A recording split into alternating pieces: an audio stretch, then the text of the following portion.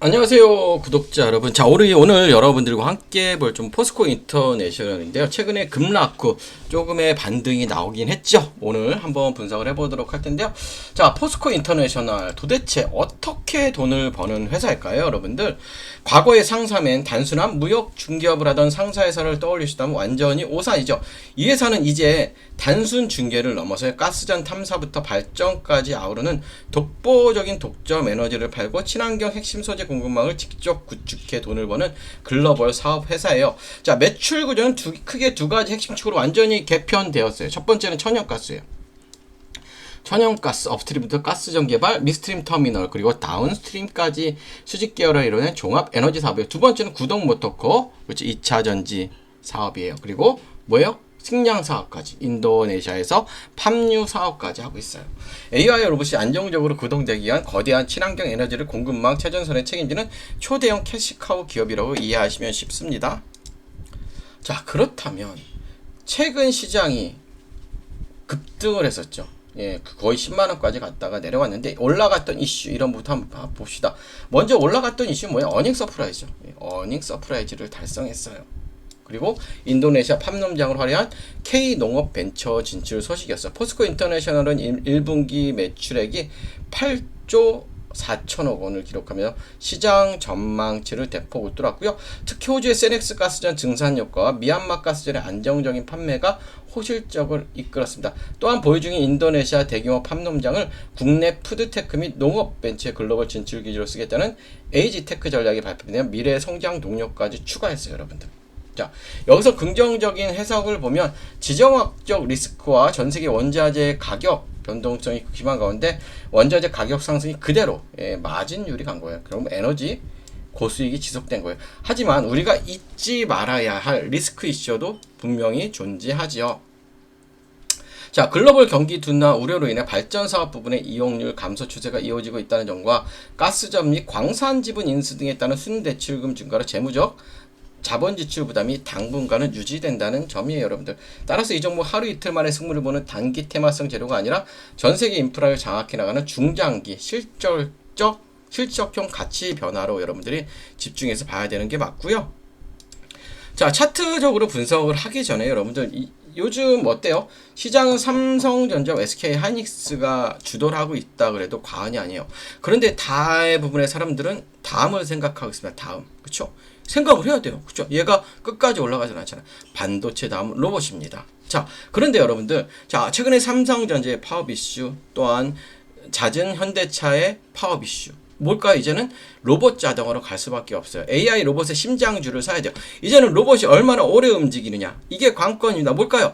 배터리 전력 관리주를 이제는 사야 됩니다. 그래서 오늘 영상 끝에 어떠한 종목을 사야 되는지 말씀드릴 테니까 오늘 영상 집중해 주시기 바라겠고요. 이제 차트를 분석해 볼게요. 저는 차트 분석도 굉장히 중요하다고 봅니다. 자, 이 종목 같은 경우는 지금 어때요? 월봉의 모습이지만 여기가 언제? 이때 뭐예요? 예, 대왕고래. 공해 가스전 때문에 올랐던 거 결국 뭐다? 이 고점을 못 뚫고 그냥 무너졌다. 다시 무너진 흐름입니다. 그래서 우리가 조금 기준이 되는 봉을 잡아야 됩니다. 여기서 기준이 되는 봉은 뭘까요, 여러분들? 맞아요. 최근에 상승했던 이런 자리 있죠. 이거의 절반이 굉장히 중요합니다. 대략적으로 한 65,000원이죠. 1봉이 65,000원 구셔요. 자, 65,000원을 이렇게 그어놓고 보시면 결국 뭐냐면 여기에 안착이 확실히 중요하고요. 얘는 수급주잖아요. 수급을 봅시다. 기관. 그렇죠. 기관들이 다시 사기 시작하고, 자, 지표추가 외국인들.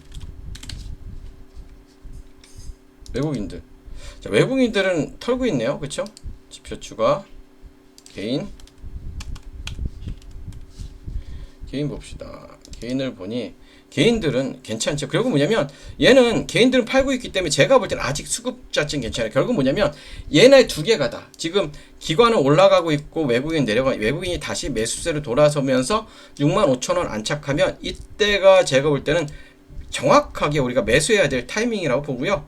자, 여러분들 포스코 인터내셔널은 단순히 큰 대형주니까 안전하다는 식으로 대충 매수하고 묻어둘 종목이 아닙니다. 원자재 시황의 변화와 2차 전지 소재 공급망의 가동 시점에 따라 내가 언제 비중을 늘리고 언제 수익을 실현해야 할지 최적의 매매 타이밍과 평단가 가이드가 필요해요. 특히 기관과 외국인, 제가 말씀드렸던 대규모 수급이 유입되는 핵심 가격대나 하반기 에너지 가격 급반 시 꼭 챙겨야 할 리스크 체크 포인트는 제가 이 전략을 만들었어요. 그래서 화면에 보이시는 번호 있죠? 아래 번호로 종목 또는 포스코라고 남겨주시면 여러분들의 계좌를 지켜줄 시크릿 대응 포인트를 깔끔하게 정리해서 보내드리도록 하겠고요. 이제부터가 중요합니다. 다음은 그쵸? 배터리 전력 관리 설명 드릴 테니까 집중해 주시고 미리 좋아요 구독 부탁드릴게요. 자, 여러분 지금 한국 주식시장에서 가장 강한 중심주는 누구나 알고 있습니다. 삼성전자와 SK하이닉스죠. AI 반도체, HBM, 메모리 업황 기대감이 겹치면서 외국인과 기관의 자금이 반도체 제형주를 강하게 움직이고 있죠. 그런데 주식시장에 정말 중요한 것보다 이미 많이 오른 종목을 따라가는 것보다 그 다음 돈이 어디로 움직일지를 먼저 보는 거죠. 삼성전자와 SK하이닉스 다음 수급은 어디로 갈까요? 지금 여기서 저는 단순히 2차 전지 전체를 보는 게 아니고요. 단순 로봇주만 보는 것도 아닙니다. 지금 봐야 할 건 AI 반도체, 다음에 이어질 수 있는 피지컬 AI, 그리고 로봇의 에너지 핵심 축이에요.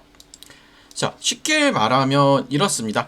AI가 두뇌라면 로봇은 몸입니다. 그런데 이 몸이 아무리 좋아도 오래 움직이지 못하면 산업 현장에서 쓸 수 없습니다. 공장에서 계속 움직이고 무거운 물건을 나르고 정밀한 작업을 반복하고 충전과 반전을 안정적으로 관리하려면 반드시 필요한 게 있다. 바로 뭘까요? 바로 배터리입니다. BMS, 전력관리 충방전 시스템입니다. 여러분들. 예. 중요한 건 뭐냐면 그냥 일반적인 2차 전지 종목을 제가 보자는 게 아니라 전기차 배터리와 로봇 배터리는 보는 기준이 틀립니다. 여러분들.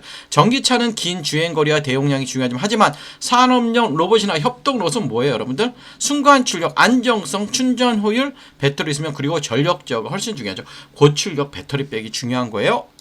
그래서 제가 여러분들께 관심 있게 보는 쪽보다 단순 배터리 셀보다 로봇의 배터리를 안전하게 관리하고 전력을 효율적으로 나눠주고 충전과 방전을 제어하는 핵심 부품 쪽이에요. 여러분들. 쉽게 말해 로봇의 배터리가 심장이라면 BMS와 전력 관리는 그 심장이 안정적으로 뛰게 하는 제어 장치죠. 대부분 투자자들은 로봇주라고 하면 로봇팔, 로봇 완성품, 자동화 장비만 먼저 보죠. 물론 그쪽도 중요하긴 해요. 하지만 실제 산업이 커질 때 조용히 같이 따라받는 건 배터리 관리, 전력 제어, 그쵸? 그리고 구동부 전원, 센서 전원, 그리고 고출력 배터리 쪽일 수가 있어요, 여러분들. 또 여기에 최근에 삼성전자, 카카오의 파업 이슈, 그쵸? 자동차 업계의 파업 이슈, 인건비 부담, 공장 자동화, 미국 생산기지 투자, 현대차 그래 로봇 투자 흐름까지 겹치면 시장은 다시 자동화와 로봇 밸류체인을 볼 수밖에 없어요. 물론 오해하시면 안 돼요. 파업 이슈가 나왔다고 해서 무조건 로봇주가 오른다는 뜻은 아닙니다. 파업은 단기 뉴스. 하지만 자동화 투자는 보다 중장기 흐름이에요. 자동화 투자는. 기업들은 생산 차질을 줄이고 인건비 부담을 낮추고 공장 효율을 높이는 방향을 계속 고민할 수밖에 없죠. 그 과정에서 로봇, 배터리, 전력관리, 자동화 설비가 다시 시장에 관심을 받을 수밖에 없습니다. 여러분들. 그렇다면 여기서 중요한 건 아무 종목이나 보면 안 되겠죠. 테마 안에서 조건이 필요하죠. 자, 로봇 또는 자동화 산업과 연결될 수 있는 실제 사업 구조를 가지고 있어야 되고, 둘째, 배터리나 전력관리 쪽에 단순 기대감이 아니라 실제로 매출 연결 가능성이 있어야 하고, 셋째, 최근 주가가 이미 과열된 상태인지 아니면 조정 이후 다시 관심을 받을 수 있는 위치인지를 확인해야 되고요. 저는 여기서 차트도 굉장히 중요한 겁니다. 좋은 테마라고 해도 차트가 너무 올라 버렸다면 오히려 리스크가 커질 수 있죠. 반대로 한 차례 기대감이 붙었다가 눌림이 나오고 거래량이 줄어든 상태에서 중요한 가격대를 지켜준다면 시장은 다시 제로를 기다리는 구간으로 볼 수도 있어요. 그래서 봐야 할 건 세 가지죠. 첫째, 21선 부근을 잘 회복하는지, 그리고 61선이나 주요 매물대에서 지지가 나오고, 셋째, 거래량이 감소한 눌린 구간인지 아니면 수급이 빠지는 하락인지. 주가가 빠졌다고 무조건 나쁜 건 아닙니다. 중요한 건 어떤 거래량이 빠졌는지, 어떠한 가격대에서 멈췄는지, 그리고 외국인과 기관 수급이 다시 돌아오는지예요. 특히 이런 테마성 종목 뉴스만 보고 접근하면 위험하죠. 반드시 확인해야 하는 건 외국인 수급, 기관 수급, 거래량, 그리고 뉴스가 실제 사업으로 이어지는지 보셔야 되고요. 제가 이 흐름을 관심 있게 보는 이슈는 단순히 로봇이라는 단어 때문이 아니에요. 지금 시장의 흐름이 AI 반도체에서 피지컬 AI로, 피지컬 AI에서 로봇으로, 로봇에서 배터리와 전력 관리로 내려오는 구조이기 때문입니다. 반도체가 시장의 두뇌를 담당했다면 다음 두뇌가 실제 산업에서 움직이는 몸, 즉 로봇입니다. 그리고 로봇이 오래 움직이기 위해 필요한 심장, 그게 바로 배터리와 전력 관리입니다. 자, 이 흐름 안에서 제가 보고 있는 종목은 단순 로봇 테마가 아니라 로봇이 실제 산업 청정에서 움직이기 위해 필요한 에너지 핵심 축과 연결되어 있어요. 그래서 이 종목은요, 이름보다 현재 가격대와 수급 위치가 더 중요해요. 이미 관심을 받는 구간인지 아니면 시장이 아직 충분히 반영하지 않은 구간인지, 이게 굉장히 중요합니다. 정리하면 이래요. 지금 시장의 중심은 삼성전자, SK하이닉스예요. 하지만 시장은 항상 다음 수급을 찾죠. 반도체 다음 흐름을 볼 수 있는 건 피지컬 AI와 로봇입니다. 그리고 로봇 안에서도 사람들이 놓치기 쉬운 핵심 배터리, 전력관리, 중방전, 제어예요. 이쪽에서 여러분들 실제 사업 구조가 있고 돈이 나오는 종목을 사야 됩니다. 자, 제가 이 보고 있는 핵심 종목과 함께 현재 주가 위치, 중요한 지지 구간, 수급 체크 포인트 궁금하신 분들은 아래 번호로 종목이라고 문의 주시면 제가 바로 문자로 보내드리도록 하고요. 끝까지 시청해주셔서 감사하고 좋아요, 구독 부탁드릴게요.